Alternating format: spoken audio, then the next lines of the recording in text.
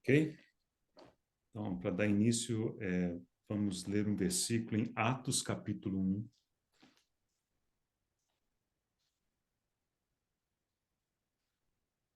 Está começando agora, Bê.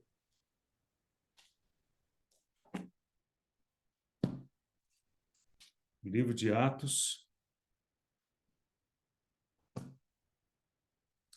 capítulo 1, versículo 8. Palavras que o Senhor dirigiu a seus discípulos pouquinho antes de ser elevado às alturas. Mas recebereis poder ao descer sobre vós o Espírito Santo, e sereis minhas testemunhas, tanto em Jerusalém como em toda a Judéia e Samaria e até aos confins da terra. Senhor, nós somos gratos a Ti por esse momento. Pedimos, Senhor, a Tua condução, a direção, Senhor, do Teu Santo Espírito. Que na Tua bondade o Senhor mesmo abra a Tua palavra para nós e fale o nosso coração. Guarda esse tempo, abençoa. Senhor, engrandece o Teu nome, pois é no Teu nome, Senhor, que nós oramos. Amém. Nesse versículo temos o plano de expansão do Evangelho. Temos também uma divisão do livro de Atos, de uma certa maneira, que fala de Jerusalém, toda a Judéia, Samaria e até os confins da terra. O que temos de relatos no livro de Atos até o capítulo 7 corresponde a eventos que aconteceram em Jerusalém. Aí, no capítulo 8, que foi o capítulo que estudamos da última vez, porque o personagem havia sido Filipe, né, e o eunuco, esses eram os personagens. Isso está relatado no capítulo 8, isso aconteceu em Samaria. E entre Jerusalém e Samaria, o que esse texto diz é que há uma interseção aí chamada de toda a Judéia. E se vocês observarem, logo no início do capítulo 8, lá diz que, em função da perseguição que começou com o apedrejamento de Estevão, com a morte de Estevão, né, todos, à exceção dos apóstolos, foram dispersos. Eles foram saindo de Jerusalém, passaram por Judeia e se espalharam naquela região.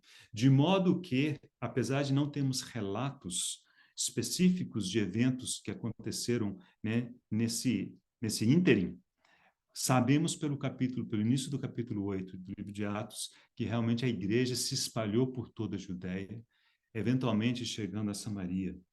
Mas aqui a última fase, se é que a gente pode chamar assim, diz que até aos confins da terra. E é basicamente isso que lemos e encontramos a partir do capítulo 10. Na casa de Cornélio já encontramos esses irmãos batizados para dentro da igreja, eram gentios. Na cidade de Cesareia, que já é uma cidade romana, apesar de estar na Palestina, né? E logo depois começam as viagens missionárias de Paulo e vemos a expansão do evangelho, né, cada vez mais intensa. Então, aqui temos esse plano e usamos esse plano para vermos onde que nós vamos entrar hoje à noite, porque o nosso personagem de hoje é Paulo. E Paulo foi o instrumento que aprove a Deus utilizar para levar de forma muito especial o evangelho até aos confins da terra, cumprindo assim essa palavra do Senhor aqui no finalzinho do capítulo 8. Então, a ideia é olharmos um pouco do cenário em que antecedeu a conversão de Paulo. Precisamos ver a conversão de Paulo, o método que o Senhor utilizou com ele e as consequências da conversão de Paulo, né? Antes da gente ler alguns textos, só mencionar o seguinte: é muito curioso que dentre dentre os assuntos, né, os eventos relatados no Novo Testamento, o evento que ocupa o maior espaço é a paixão do Senhor. Então, encontramos relatos sobre a paixão de Cristo, tanto em Mateus, quanto em Marcos, quanto em Lucas, quanto em João. Então, se somarmos isso, né, o número de páginas é realmente muito grande. De longe, é o evento que gasta mais espaço no Novo Testamento com seu relato, que é a paixão de Cristo. Em segundo lugar, vem a conversão do apóstolo Paulo, que é relatada no capítulo 9, né, um texto que nós leremos, que é quando efetivamente aconteceu. E depois ele mesmo relata o evento no capítulo 22 e depois no capítulo 26. Isso como parte da sua experiência, do seu testemunho de conversão, né? Então, basicamente, esses serão os textos que haverão de nos ocupar, né, nessa noite. Mas antes da gente entrar nesses textos, acho que é um exercício importante da gente fazer aqui, que é o seguinte: vocês já pensaram o que seria o Novo Testamento sem o livro de Atos? Tentou fazer esse exercício, né? Olha como que seria. A gente passaria do finalzinho do Evangelho de João, a gente cairia diretamente na Epístola aos Romanos, se não houvesse o livro de Atos. Então, por exemplo, o último versículo do Evangelho de João diz o seguinte: há, porém, ainda muitas outras coisas que Jesus fez, e se todas elas fossem relatadas uma por uma, creio eu que nem no mundo inteiro caberiam os livros que seriam escritos. E assim terminaria, né, aquela parte do Novo Testamento que a gente diz que é histórica, né, que são composta pelos 4 evangelhos. E entraríamos diretamente nas epístolas. Então, o primeiro versículo de Romanos, ou seja, o versículo seguinte, logo depois daquele que acabamos de ler, começa da seguinte maneira: Paulo, servo de Jesus Cristo, etc. Aí você olha assim, Paulo? Que Paulo é esse? Eu não me lembro de ter visto nenhum Paulo, né? Talvez eu não tenha prestado atenção. E você ia voltar nos evangelhos, ler os evangelhos todos de novo, com a atenção redobrada, e ia chegar à conclusão de que realmente não tinha Paulo lá, né? E chega aqui em Romanos, primeira palavra, Paulo, servo, né? Então, observe qual a importância do livro de Atos. O livro de Atos realmente é aquele que nos prepara no contexto para entendermos como é que as epístolas, né, aparecem, quem que escreveu, em que contexto que elas foram escritas. É tão fundamental o estudo do livro de Atos. E, em particular, né, a personagem Paulo de Tarso, em Atos, é um personagem muito, muito proeminente. Esse é o nosso personagem de hoje. Então, vamos começar com um texto que nos conta um pouquinho de como estavam as coisas pouco antes da conversão de Paulo. Então, vamos pegar essa leitura no final do capítulo 7 do livro de Atos. Abram comigo, por favor, capítulo 7 do livro de Atos, o final da narrativa do discurso de Estevão, quando ele efetivamente foi martirizado, né? Atos, capítulo 7, a partir do versículo 54, lemos: ouvindo eles isto, enfureciam-se no seu coração e rilhavam os dentes contra ele. Mas Estevão, cheio do Espírito Santo, fitou os olhos no céu e viu a glória de Deus e Jesus, que estava à sua direita. E disse: eis que vejo os céus abertos e o Filho do Homem em pé à destra de Deus. Eles, porém, clamando em alta voz, taparam os ouvidos e, unânimes, arremeteram contra ele. E, lançando-o fora da cidade, o apedrejaram. As testemunhas deixavam suas vestes aos pés de um jovem chamado Saulo. Irmãos, essa é a primeira aparição de Saulo no Novo Testamento. Aí como que é importante isso? Porque o encontramos nessa cena, né, do apedrejamento e martírio de Estevão. Agora, do jeito que estamos vendo aqui, até esse ponto, podemos ter a impressão, e é só uma impressão, de que a postura de Saulo aqui era uma postura um tanto quanto passiva.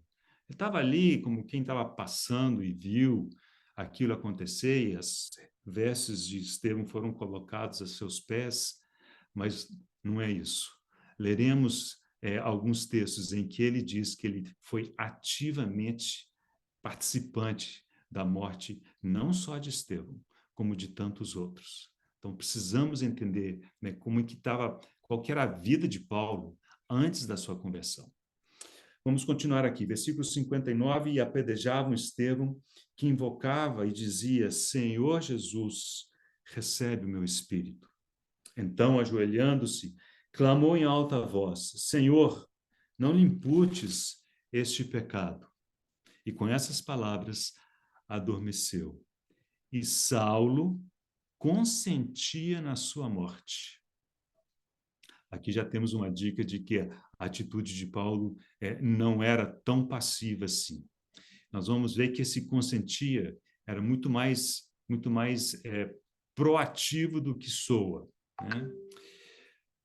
Apenas para concluir esse primeiro versículo do capítulo 8, naquele dia levantou-se grande perseguição contra a igreja em Jerusalém, e todos, exceto os apóstolos, foram dispersos pelas regiões da Judéia e Samaria. Então, aí temos aquele início de progressão do evangelho em outras regiões que não a cidade de Jerusalém. Aí nós vamos pular o capítulo 8, boa parte dele foi considerada na última mensagem. E vamos ler o comecinho do capítulo 9, aí nós vamos ler outros textos e voltaremos ao capítulo 9 para vermos qual que foi o método que o Senhor utilizou para conquistar a vida desse jovem Saulo de Tarso. Capítulo 9, versículo 1. Saulo, respirando ainda ameaças e morte contra os discípulos do Senhor, dirigiu-se ao sumo sacerdote e lhe pediu cartas para as sinagogas de Damasco, a fim de que, caso achasse alguns que eram do caminho, assim homens como mulheres, os levasse presos para Jerusalém. Paramos a leitura aqui, e aqui vemos que a atitude dele era bastante ativa. Aqui ele diz que ele se preparava para levar presos para Jerusalém quem foi que ele encontrasse, né, pelo caminho e nas sinagogas. Para isso, ele precisava de cartas, precisava de autorizações, né?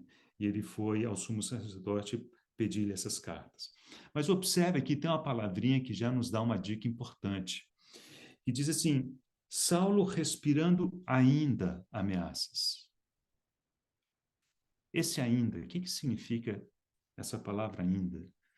É como se Paulo, a despeito de algo, ele insistisse nas ameaças e morte contra os discípulos. É isso que significa esse ainda. A despeito de alguma coisa que precisamos entender o que é, ele insistiu nas ameaças e na morte contra os discípulos. Então, nós vamos deixar que ele mesmo nos conte o que era isso que estava, né, se passando dentro de si. Ok? Aqui nós vamos ficar pipocando em alguns textos, irmãos, para tentar construir um pano de fundo, né, da situação em que Paulo se encontrava. Ainda para entendermos a sua postura proativa nesse processo, vamos pular para o capítulo 26, é um dos capítulos em que ele descreve o seu testemunho. Nós vamos ler 3 versículos aqui, mais ou menos correspondentes àqueles que lemos no capítulo 9. Então, versículo 9 do capítulo 26 de Atos. Na verdade, a mim me parecia que muitas coisas devia eu praticar contra o nome de Jesus o Nazareno. E assim procedi em Jerusalém. Havendo eu recebido autorização dos principais sacerdotes, agora veja bem, encerrei muitos dos santos nas prisões, e contra estes dava o meu voto quando os matavam. Muitas vezes os castiguei por todas as sinagogas, obrigando-os até a blasfemar. Irmãos, isso chama-se tortura. Tortura. Paulo torturou aqueles cristãos à época, até a morte. E demasiadamente enfurecido contra eles, mesmo por todas as cidades estranhas, os perseguia. Então veja que a postura dele estava longe de ser uma postura passiva. Era muito ativa e era a ponto de torturar e matar aqueles cristãos. Uma curiosidade é quando no versículo 10 diz que dava o seu voto, muitos entendem que isso era uma posição no sinédrio.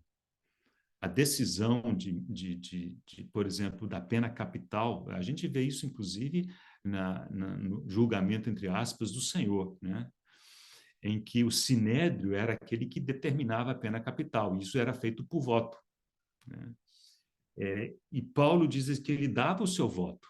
Então, muitos entendem com isso que Paulo era membro do sinédrio. Bom, o que isso significa? Isso significa ao menos duas coisas: que ele precisava ter, no mínimo, 30 anos de idade, ele precisava ser uma pessoa de destaque na sociedade judaica, e precisava ser casado. Não existia membro de sinédrio que não fosse casado. Era uma condição para participar, que ele fosse casado. Então, aqueles que advogam que Paulo não era casado, aí tem todas uma série de explicações alternativas. Aqui o objetivo não é nem falar a favor nem contra aqueles que achavam que ele era viúvo. Então, ele poderia também ser membro do Sinédrio. Tem outra questão que vem na mesma sequência que exige ou exigiria que ele fosse casado, mas nós vamos deixar que ele mesmo nos conte isso daqui a pouquinho. Então, o fato é o seguinte: Paulo estava profundamente envolvido nesse afã de perseguir, torturar e matar aqueles que eram do caminho. Então, vamos deixar parte desse cenário de lado. Então, esse é o nosso pano de fundo. É isso que nós encontramos Paulo fazendo. Agora precisamos olhar para ele. Quem que é esse Paulo? Como que ele era? Como é que ele se descreve? Tá? Então, nós vamos ver dois textos em que vamos ouvir das seus próprios lábios essa descrição. Volte algumas poucas páginas ao capítulo 22 de Atos. Capítulo 22 de Atos. Que é o outro capítulo em que ele apresenta o seu testemunho de conversão na forma de uma defesa. Então, vamos ler os primeiros 4 versículos. Irmãos e pais, ouvi agora a minha defesa perante vós. Quando ouviram que lhes falava em língua hebraica, guardaram ainda maior silêncio. Ele continuou. Sou judeu. Então, sabemos que ele era judeu. Nasci em Tarso da Cilícia.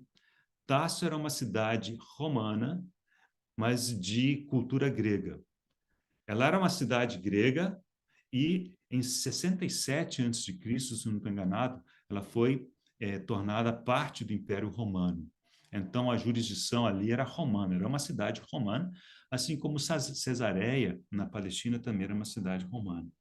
Então, Paulo, nascido ali, era cidadão romano, por nascimento, mas ele nasceu nessa cidade, que era uma cidade grega digamos, de cultura, de formação, de pensamento, né?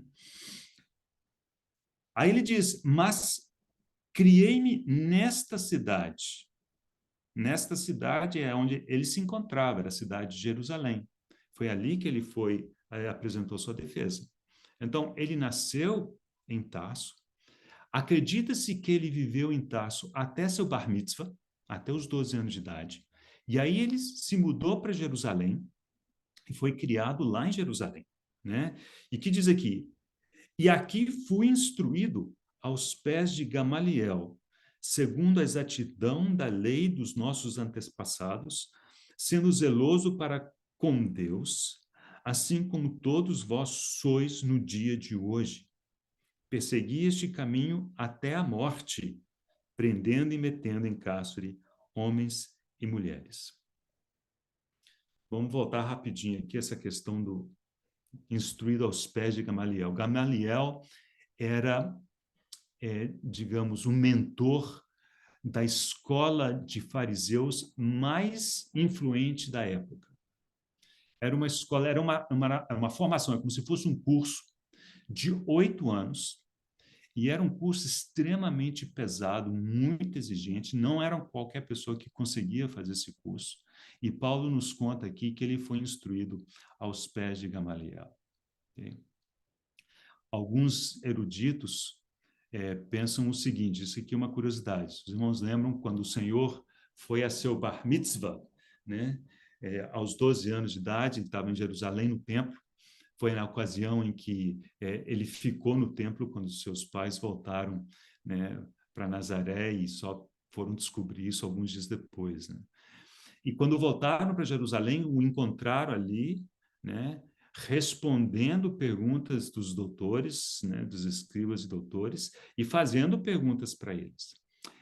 Muitos eruditos pensam que Gamaliel era um desses doutores que estava ali presente. E o mais curioso ainda, irmãos, vocês sabiam que Saulo, né, e o Senhor Jesus Cristo tinham mais ou menos a mesma idade? Eles nasceram basicamente na mesma época. Então, possivelmente, Saulo já estivesse por ali também, se preparando para o seu próprio bar mitzvah, né? Se eles se encontraram ou não, isso é absolutamente não, e além de irrelevante, não dá para saber, né, pelo texto, mas a cronologia é essa, né?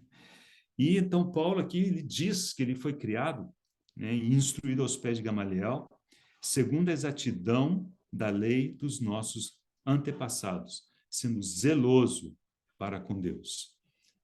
Só mais um texto em que ele se descreve. Filipenses, capítulo 3. E com isso nós conseguiremos fechar essa primeira parte.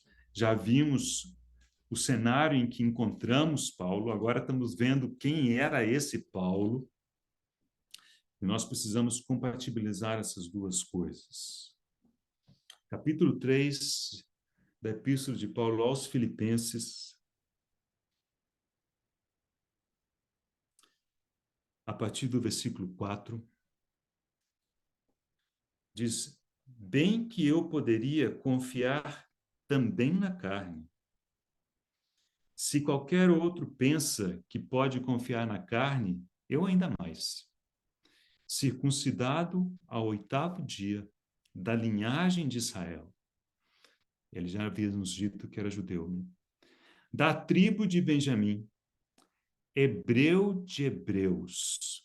Essa expressão dizem que significa o seguinte: pai era hebreu, a mãe era hebreia.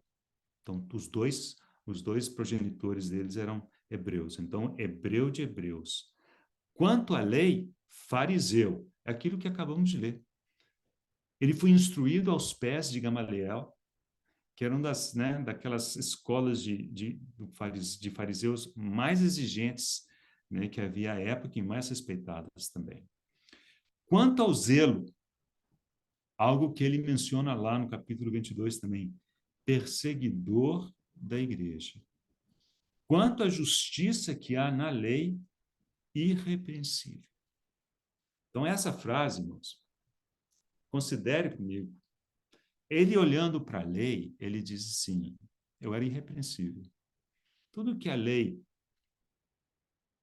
exigia, eu fazia. Mas, por outro lado, nós vimos que esse homem, né, estava torturando e levando à morte, né, pessoas. Né? Então, começa a haver um certo descompasso entre essas coisas, e isso tem que nos chamar a atenção, porque possivelmente isso vai nos ajudar a entender um pouco do processo psicológico pelo qual Paulo passou quando da sua conversão. Eu vou ler um parágrafo aqui do Campbell Morgan, do livro O Grandioso Médico, ele descrevendo, né, o que Paulo era em si. Era uma pessoa muito admirável. Esquece do que ele estava fazendo. Observe como ele se descreve, as características que ele tinha, né? A formação que ele teve. Ele diz assim: também é revelado, Paulo, né? Como um homem de disposição sensível, coração largo e extraordinária emoção. Um homem honesto, intenso, dominante, sensível, com uma impactante personalidade. E esse é o homem que estamos analisando e tentando ver o método do Senhor com ele. Uma pergunta surge naturalmente: o que Cristo pode fazer por um homem assim? Mas antes de responder o que o Senhor pode fazer por um homem assim, vocês percebem que não é tranquilo alguém com a formação que ele tinha, com a justiça que ele procurava ter perante a lei, que falava de não matarás, falava de amar o próximo com a si mesmo. A lei de Moisés falava dessas coisas todas, né? E, ao mesmo tempo, ele cometer todas essas outras atrocidades. Mas ele o fazia imaginando com isso agradar a Deus. Porque ele entendia que aquilo era uma heresia, era a heresia, chamada assim, heresia de Nazaré. E ele começou a se contrapor a isso. Mas lá na consciência dele, alguma coisa não fechava, né, irmãos? Não fechava. Essa formação, o zelo que ele tinha pela lei, e, por outro lado, o que ele estava fazendo, aquilo gerou um conflito que acho que a gente não conhece, não consegue imaginar, né? E é nesse conflito, no auge desse conflito, que o Senhor vai e captura, né, a vida de Paulo. Esse conflito, me parece que está bem descrito no capítulo 26 de Atos. Uma palavra que a gente só encontra na descrição da sua conversão no capítulo 26. Não aparece na descrição no capítulo 9, também não aparece na descrição do capítulo 22. Mas no capítulo 26, no versículo 14, quando Paulo relatou aquilo que havia acontecido, como que o Senhor, né, se interpôs e se apresentou a ele pela primeira vez, ele menciona uma frase que não aparece nos outros lugares. E essa frase nos fala muito desse processo psicológico interno, né, essa luta pela qual Paulo estava passando. Veja o versículo 14 do capítulo 26 de Atos. Diz: e caindo todos nós por terra, ouvi uma voz que me falava em língua hebraica: Saulo, Saulo, por que me persegues? Isso a gente encontra nos outros capítulos. O que a gente não encontra é a seguinte frase: dura coisa é recalcitrares contra os aguilhões. Recalcitrar é dar coices, né? É se rebelar contra, né? E aqui a figura é de um boi, né? Que às vezes dá coice, e para evitar que ele desse coices, né? Eles colocavam esses aguilhões, né, na estrutura de onde o carro que o boi puxava, e se ele desse coices, ao dar o coice contra o aguilhão, ele mesmo se machucava, né? Então ele se retraía e parava de dar coices. Mas aqui o Senhor diz o seguinte: olha, você está dando coices contra os aguilhões e você está se machucando. Dura coisa é recalcitrares contra os aguilhões. O Senhor, que vê o coração, que sabe de todas as coisas, viu que o Paulo estava lutando contra essa situação, né? E nesse contexto ele estava se debatendo, né? Eu tenho duas citações que eu gostaria de ler para os irmãos. as duas são do Farrar. O Farrar tem duas obras monumentais pelas quais ele é muito conhecido. Uma é A Vida de Cristo e a outra é A Vida de Paulo, né? E esses dois parágrafos vêm dessa obra do Farrar sobre a vida de Paulo. Ele faz a seguinte observação, falou, olha, ele saiu de Jerusalém, ele foi até Damasco, então ele pediu as cartas para o sacerdote, para pegar os cristãos e levá-los presos até Jerusalém. Essa viagem, estima-se que tenha durado por volta de uma semana, a pé, cavalo, etc., né? Então, ele pensa assim que, ao longo desse trajeto, a luta interna de Paulo deve ter ido crescendo, crescendo, crescendo. E chegando perto de Damasco, ou seja, quando estava já prestes a acontecer tudo, né, foi quando o Senhor se apresentou a ele. Então, deixa eu ler esses dois parágrafos que o irmão tenta descrever um pouco, né, do que ele imagina que se passava dentro do coração de Paulo e que lemos aqui no versículo 14 do capítulo 26 de Atos, que é como se ele estivesse recalcitrando contra os aguilhões. Então, Farrar diz assim, à medida que dia após dia se aproximava de Damasco, como poderia evitar os seus próprios pensamentos? Ele foi forçado a se apresentar perante o tenebroso tribunal da sua própria consciência e colocar-se frente a frente consigo mesmo. Naquela severa sessão, a solenidade era mais terrível e o julgamento mais imparcial do que o que enfrentaria um dia perante o Sinédrio no Areópago. E o outro parágrafo. Paulo decidiu que não poderia nem deixaria ser convencido. Ele não poderia nem admitiria que muito do que aprendera ao longo dos 30 anos da sua vida não passava de um tanto de teias de aranha sem valor, e que toda a justiça com a qual ele tentara antecipar a vinda do Messias era trapos de imundície. Não poderia nem admitiria que pessoas como Pedro e Estevão pudessem estar certos, enquanto pessoas como ele e o Sinédrio pudessem estar errados. Ou mesmo que o Messias pudesse ser um nazareno que fora crucificado como um malfeitor. Não poderia nem admitiria que, tendo procurado pelo Messias por tantas gerações, tendo feito com que toda a sua vida religiosa orbitasse em torno do esperado advento do Messias, Israel pudesse ser encontrado dormindo, tendo matado o Messias quando finalmente havia chegado. Então, acho que isso descreve bem essa postura mental de Paulo. Foi assim que o Senhor o encontrou. E foi nesse contexto que o Senhor se apresentou a ele. E vamos agora ver, então, um método, né, do Senhor com Paulo. Antes disso, vamos lembrar da nossa sequência de estudos, né? Até a última mensagem, que foi a de Felipe e o eunuco, todas as demais mensagens, o grandioso médico se apresentava diretamente, né, às pessoas.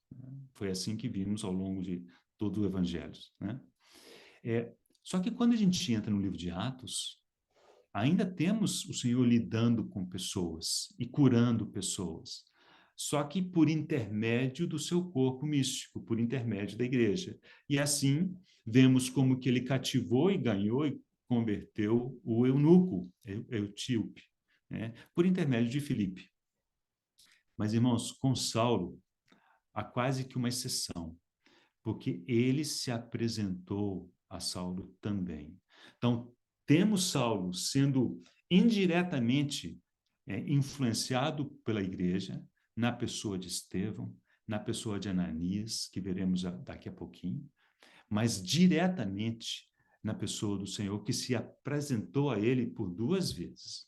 Uma delas relatada aqui no capítulo 9 de Atos, que foi o evento da conversão de Paulo, e outra vez, no capítulo 23 de Atos, quando Paulo estava preso, e o Senhor, naquela noite, se colocou ao lado de Paulo e disse, olha, tem de bom ânimo, coragem, do jeito que você deu testemunho de mim aqui em Jerusalém, importa que tu o faças lá em Roma.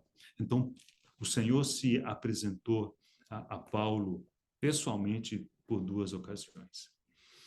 Ok? Então, vamos abrir em Atos capítulo 9 e vermos como o Senhor capturou a Paulo.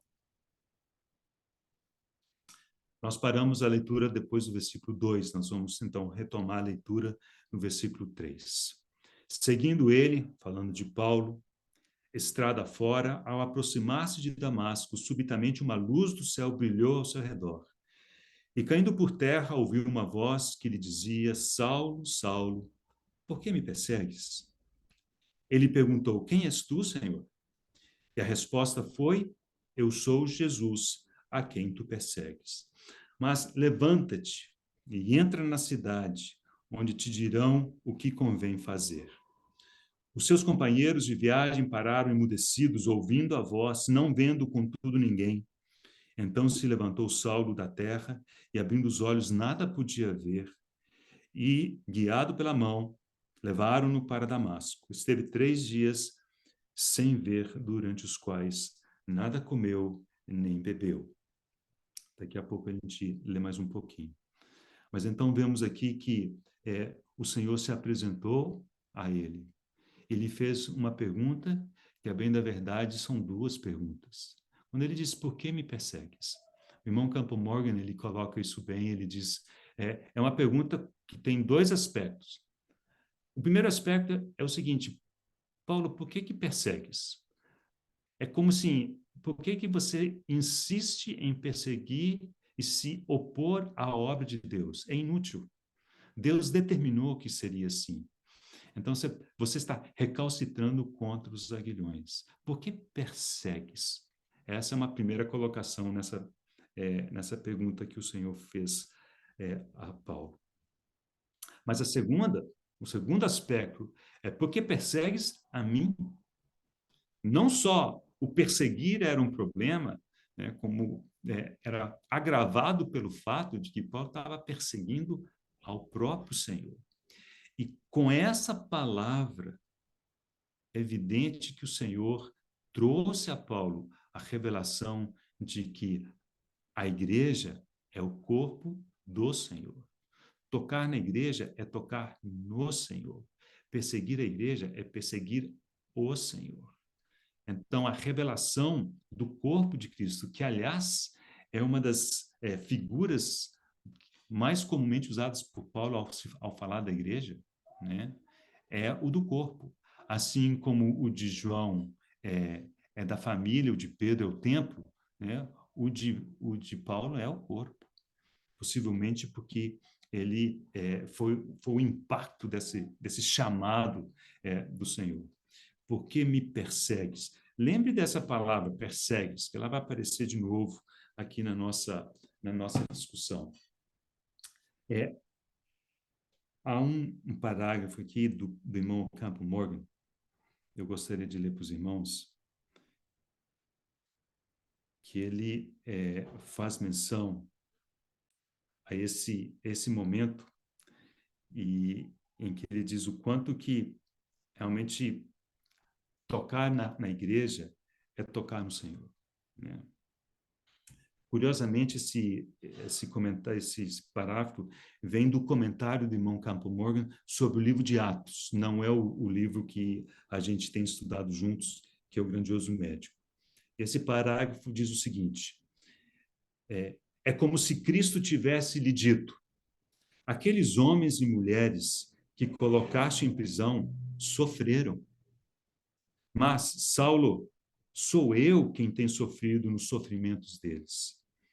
As violentas pedras que você viu serem arrojadas em Estevão, que se afundaram em seu corpo, que lhe produziram tanta dor, chegaram até a mim e me machucaram. Senti cada palpitar da dor de Estevão. Né? Então, tal foi o impacto, né, que Paulo recebeu quando o Senhor se apresentou a ele e lhe fez essa pergunta: Saulo, Saulo, por que me persegues? Aliás, é um dos 7 duplos chamamentos que tem na Bíblia, né? Saulo, Saulo, por que me persegues? E Saulo reconheceu que não conhecia o Senhor, obviamente, mas reconheceu que era Senhor.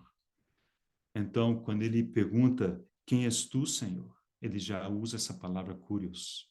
Ele não sabe quem é, mas ele percebe que é alguém que está em posição de autoridade. Então, ele faz essa pergunta.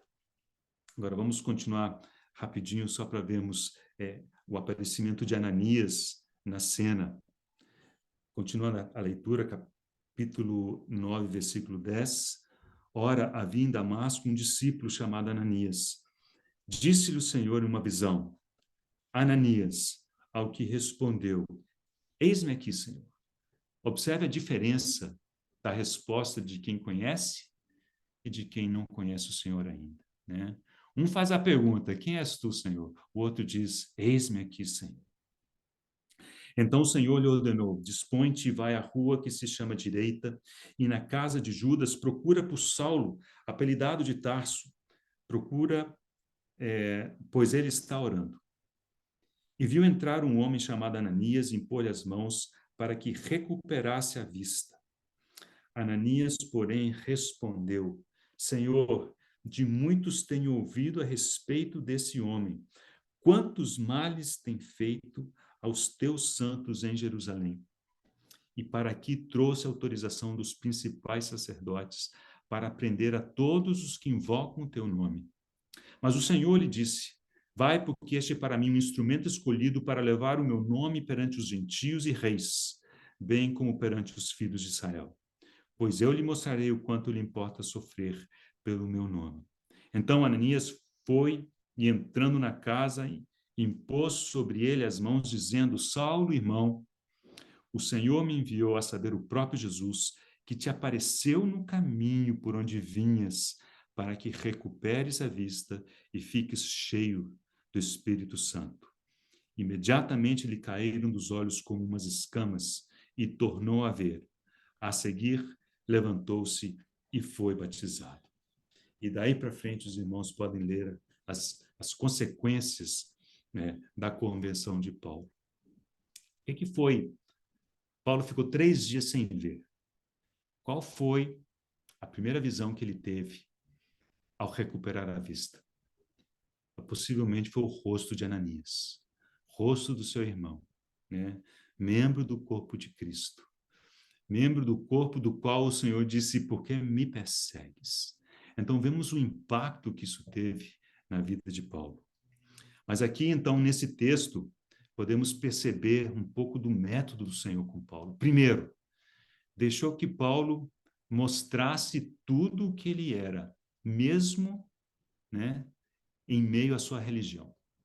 Sendo, do ponto de vista religioso, digamos, o top, né?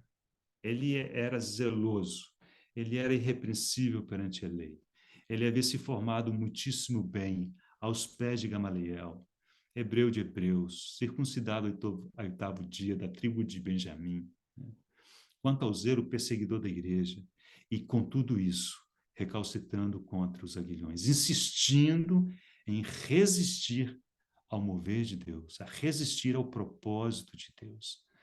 E o Senhor, então, se apresentou a ele no seu caminho, no caminho pelo qual Paulo estava indo executar o seu propósito, né?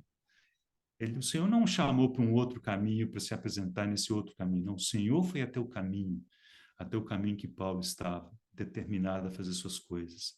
Se apresentou a ele, ele caiu por terra, ficou cego 3 dias. Mas ele ouviu a voz do Senhor, né? Ele obedeceu à instrução inicial do Senhor. E quando Ananias foi, ele disse: eu fui enviado pelo aquele que te apareceu no caminho, né? Para que recuperes a vista e fiques cheio do Espírito Santo. E então foi o que aconteceu. As escamas caíram dos seus olhos. E se por um lado isso nos diz, digamos, da visão física, sabemos que isso também tem o seu paralelo espiritual, porque as escamas, né, do entendimento espiritual de Paulo também caíram dos seus olhos. Ele passou a compreender e a receber do Senhor a revelação, né, de todo o propósito de Deus, outrora oculto, né, nos séculos, como ele diz em Efésios capítulo 3.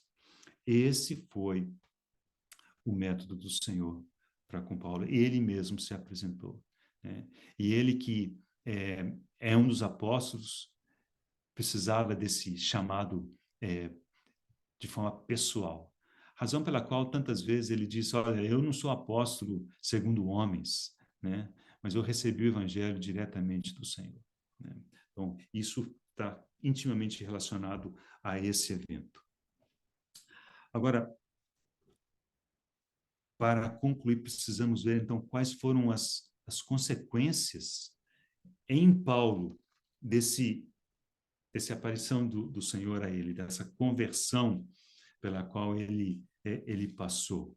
E nós precisamos ouvir isso dele mesmo. Então, vamos voltar lá em Filipenses, capítulo 3.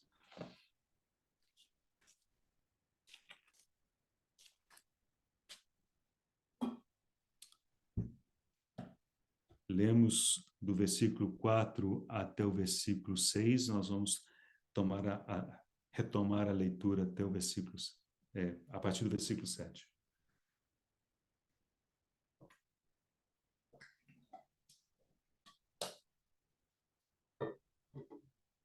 Para pegar o contexto, deixa eu voltar no versículo 6 e fazer menção àquela palavrinha que eu disse que ia aparecer de novo. No versículo 6, ele diz, quanto ao zelo, perseguidor da igreja. Os irmãos lembram quando o Senhor disse, Saulo, Saulo, por que me persegues? É precisamente essa palavra. Então, é como se Saulo tivesse entendido, falei, realmente, eu persegui a igreja, né? Então, versículo 7, mas o que para mim era lucro, isso considerei perda por causa de Cristo. Irmãos, primeira consequência do trato do Senhor com Paulo, ele poder colocar esse mas na sua descrição. Versículos 4, 5 e 6 são um pequeno currículo vitae de Paulo. E basicamente diz o seguinte, se alguém pensa que pode confiar na carne, eu muito mais. Tem muito mais no currículo do que qualquer um outro. E aí ele fez essa pequena lista de coisas aí, as quais a gente poderia acrescentar tantas outras, né? Mas aí ele termina essa lista com esse mas. Mas o que para mim era lucro, isso eu considerei perda por causa de Cristo.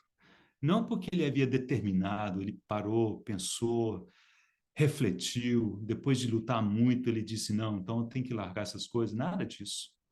O Senhor apareceu para ele, ele viu o Senhor, e isso mudou radicalmente a sua vida. Irmãos, ver, contemplar o Senhor é o que nos faz colocar esses mas na nossa vida. Não uma determinação pensada, refletida, relutada, né? Isso só nos leva a ficar fazendo processos mentais. Mas quando vemos o Senhor, quando ouvimos a palavra do Senhor, aí sim prontamente dizemos, mas o que para mim era lucro, isso considerei perda por causa de Cristo. Versículo 12. Não que eu tenha já recebido, ou tenha já obtido a perfeição, mas prossigo para conquistar aquilo para o que também fui conquistado por Cristo Jesus. Observe a visão que ele tinha. Ele havia sido conquistado pelo Senhor. E porque ele havia sido conquistado pelo Senhor, então ele podia também prosseguir para conquistar. Mas não conquistar suas próprias conquistas, seus próprios alvos, conquistar aquilo para o qual ele havia sido conquistado. Dito de outra maneira, quando o Senhor nos conquista, irmãos, ele nos conquista com um propósito.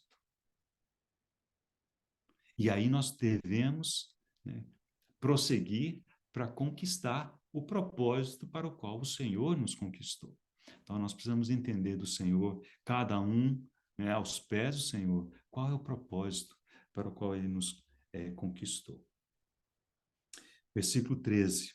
Irmãos, quanto a mim, não julgo haver alcançado, mas uma coisa faço, esquecendo-me das coisas que para trás ficam, avançando para as que diante de mim estão, prossigo para o alvo. Está vendo essa palavra prossigo? É a palavra persigo. É a mesma palavra. Ele perseguiu a igreja, agora ele perseguia um alvo. É como se ele tivesse, assim, é o mesmo homem, a mesma energia, a mesma determinação, só que o Senhor, né, tornou a mesa de trás, de cima para baixo, de trás para frente. Agora, em vez de perseguir a igreja, ele perseguia um alvo. Ele perseguia para conquistar aquilo para o que havia sido conquistado por Cristo Jesus. Ainda versículo 14. Prossigo para o alvo, para o prêmio da soberana vocação de Deus em Cristo Jesus. Só mais uma observação. Essa frase é tão impactante. Ele diz, mas uma coisa faço. Versículo 13. Irmãos, quanto a mim, não julgo havê-lo alcançado, mas uma coisa faço. Ele era um homem de uma coisa só. E eu acho que essa é uma das grandes consequências dele ter visto o Senhor, dele ter sido conquistado pelo Senhor. Ele passou a ser o homem de uma coisa só. Muitas vezes o nosso progresso diante do Senhor é muito moroso, né? Muito pesado, difícil, lento. E a razão é porque nós estamos cheios de coisas, nosso coração está dividido, está cheio de outras coisas que não o propósito do Senhor para nós. É como um corredor que resolve correr, né, com a mochila nas costas, uma pochete na cintura, cheio de penduricalho. Paulo disse, uma coisa eu faço, eu prossigo, uma coisa. Lembro que Davi, certa vez, disse a mesma coisa, ele diz assim, uma coisa peço ao Senhor e a buscarei. Salmo 27, versículo 4. Né? E lá ele diz que eu possa habitar, né, no templo do Senhor para contemplar a beleza do Senhor, meditar no seu templo. Né? Uma coisa, peço ao Senhor. Às vezes a gente pede tantas coisas, né, irmãos? Né? Porque o nosso coração está cheio de coisinhas, mas que o Senhor nos dê essa uma coisa faço. E por que ele chegou a esse ponto? Porque ele havia tido aquele encontro tão impactante com o Senhor, né? Mesmo em meio àquela revolução, aquela luta, aquela guerra civil dentro dele, recalcitrando contra os aguilhões. E mesmo assim o Senhor, todo o seu cuidado, toda a sua sabedoria se apresentou a ele. Ele fez aquela pergunta, Saulo, Saulo, por que me persegues? Vamos... gostaria ainda de ler duas citações. Uma delas é desse irmão Alexander White, que tem um livro sobre personagens bíblicos, né? E ele argumenta o seguinte, por que Paulo se converteu? Será que é porque, como por exemplo, pega o caso do eunuco, né? O eunuco, é evidente que ele tinha uma sede, que ele estava procurando, né? Ele foi a Jerusalém, foi adorar em Jerusalém e voltou com aquele rolo, voltou lendo, mas não entendia, ele estava procurando. E o Senhor então diz a Filipe, ó, vai, aproxima-te desse carro, etc. Os irmãos lembram da história. Mas, irmãos, Paulo estava na contramão.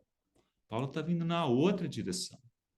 Ele não estava com sede do Senhor, né? Ou, claro, vamos dizer assim, sede todos os que não conhecem o Senhor têm, só não sabem reconhecer, né? Então, esse irmão, ele diz que soberania e graça absoluta de Deus. Não tem outra explicação para a salvação de Paulo. Então, o parágrafo dele é assim: sim, é simplesmente a soberania absoluta, a rapidez desconcertante, o fato de estar totalmente despreparado, a completa falta de mérito e a gloriosa completude da conversão de Saulo, que, tomados em conjunto, o tornam um importante tema de estudo e um exemplo de conversão para você e para mim. Então, se por um lado ele estava despreparado, não tinha mérito, nada, mas por outro lado a conversão dele foi imediata, foi absoluta. Ele imediatamente se lançou nas mãos do Senhor. E por fim, uma outra declaração, aqui esse desse irmão Horácio Bonar, a respeito de... É uma palavra que Barnabé usou a respeito de Paulo, né? O texto de Atos diz que, lá pelas tantas, Barnabé foi buscar Paulo e o levou até os irmãos. E os irmãos morrendo de medo, né? Porque, claro, Paulo tinha aquela fama de ser perseguidor da igreja. E o texto diz que Barnabé, a maneira de explicar, explicou para eles como o Senhor se tinha aparecido a Paulo no caminho. Foi a palavra, foi o testemunho dele. Fala, olha, o Senhor apareceu a Paulo no caminho. É como se isso bastasse, né? Então, Horácio Bonar comenta a respeito disso. Ele diz assim: isso é tudo que um pecador pode dizer de sua conversão. Sem dúvida que pode contar muitas coisas secundárias, muitos detalhes, mas a essência é isto: ele viu o Senhor no caminho. Essa é a conversão de Paulo. Ele viu o Senhor no caminho. E para encerrar, vamos ainda ler um versículo em Colossenses, e com isso a gente encerra. Colossenses capítulo 4, final da epístola.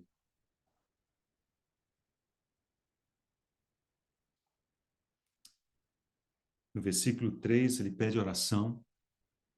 Ele diz: suplicai ao mesmo tempo também por nós, para que Deus nos abra a porta à palavra, a fim de falarmos do mistério de Cristo, pelo qual também estou algemado. Essa palavra algemado é a mesma palavra que aparece em Atos capítulo 9, versículo 2, quando diz que ele ia para levar os cristãos que ele encontrasse presos de volta a Jerusalém. Esse presos é algemados, é a mesma palavra que ele usa aqui. Então, aquele que havia saído para algemar, ele mesmo foi algemado, né? Mas ele foi algemado pelo seu Senhor. E quando ele viu isso, nós não percebemos, né, nessas palavras de Paulo qualquer tipo de amargura, ao contrário, né? Vemos e ouvimos dizer, olha, uma coisa fácil, eu prossigo para o prêmio, estou correndo. Não que eu já tenha recebido, mas eu vou em frente, né? Tudo isso porque ele havia visto o seu Senhor. O Senhor interrompeu a sua trajetória naquele dia, indo para Damasco. Às vezes, irmãos, quando nos sentimos assim um pouco desmotivados, desanimados, eu acho que o que realmente nos falta é pedir que o Senhor mais uma vez, né, nos dê uma nova e mais clara visão da sua pessoa, né? E aí nós poderemos dizer também, como Paulo, mas o que para mim era lucro, que isso eu considerei perda. Uma coisa faço, eu prossigo, eu persigo. Eu persegui uma coisa, agora eu estou perseguindo outra, mas essa outra é segundo o propósito de Deus. Eu fui para algemar pessoas, mas agora quem está algemado sou eu. Mas algemado, né, pelo mistério de Cristo. E aqui diz, pelo qual também fui algemado. Essa é a história da conversão de Paulo. E depois, se os irmãos, né, seguirem aí as epístolas, vocês vão pegando aquelas pérolas que ele vai deixando aqui e acolá, e a gente vai percebendo quão grande impacto, né, que aquele encontro com o Senhor teve sobre a vida de Paulo. Que o Senhor abençoe a sua palavra, que ele nos encoraje na nossa caminhada também. Vamos orar mais uma vez. Senhor, nós depositamos em tuas mãos essa palavra, Senhor, é a tua palavra. Senhor, como precisamos ser impactados por ti. Assim como Paulo, Senhor, percebemos, vermos o Senhor, ouvirmos a tua voz, sermos encorajados a prosseguir. Senhor, ajuda-nos, Senhor, a nos livrarmos de todas as coisas adicionais que vamos acumulando ao longo da nossa jornada, para que, como ele, possamos dizer uma coisa eu faço. Senhor, dá-nos um coração puro, um coração focado, um coração simples diante de ti, mas profundamente intenso, né, para servir o Senhor de forma agradável, com referência e santo temor. Oramos em nome de Jesus. Amém.